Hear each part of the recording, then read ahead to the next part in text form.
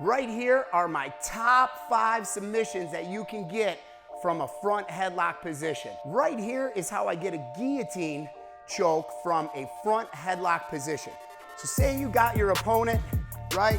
Maybe I snapped him down, anything like that. I got him in my front headlock, I got an arm, I got his neck. I like to make sure he gets weight on his hands. So I'll circle him, get weight on his hands. Now I can release my grip, go right around the neck, lock up my choke, throw my knee in, and put that foot right on his back. And my other leg is gonna be up on his belly. So I wanna cover his neck here, and I'm just gonna go elbow high and torque it. Right here is an Anaconda choke from a front headlock. So say you have your opponent, you get him in a front headlock, he shoots in, boom. I like to always set it up by getting weight on their hands. So if I got a Gable grip here, I'm gonna put weight on him, circle him. From here, I'm gonna shoot that arm straight through. That's around his neck, grabbing my bicep. Now, from here, I like to make a fist on the back rather than grabbing the back. I'm gonna tuck my head, put it in the hole. I'm gonna drive in, roll all the way through. Now the key here is I need to prevent him from circling out. So I'm gonna hip in and try to hook that top leg. This will prevent him from moving back. Try to move back, he can't. Now I'm gonna hip in because the back of his neck should be on my belly. I'm gonna hip in and squeeze it. Right here is how I finish a Darce choke from the front headlock position.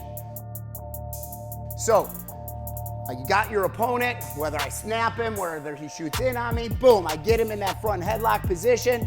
I'm gonna get weight on his hands, I'm gonna circle, so he has weight on his hands. Now, what I'm gonna do is I'm gonna take my outside arm and I'm gonna throw it all the way across. When I do that, I like to go palm up with the hand that's on his neck. So I got a nice good Gable grip here, and I'm gonna pinch at his neck here. That's gonna help me tighten it up.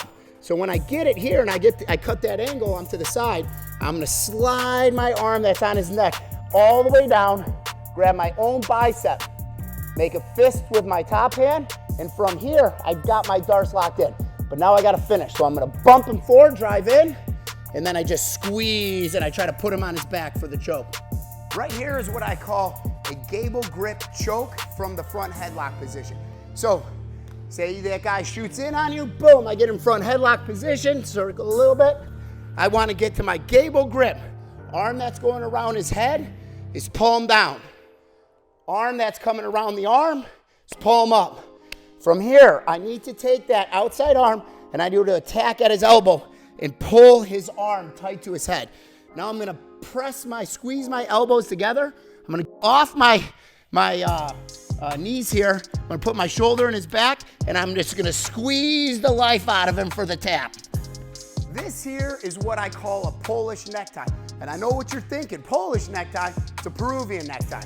Well, I have a variation of the Peruvian necktie, which I call the Polish necktie. Say you get your opponent down in your front headlock position, right? Maybe you're gonna try for an Anaconda or a Darce or whatever. So I'm gonna throw this arm all the way through on the opposite side.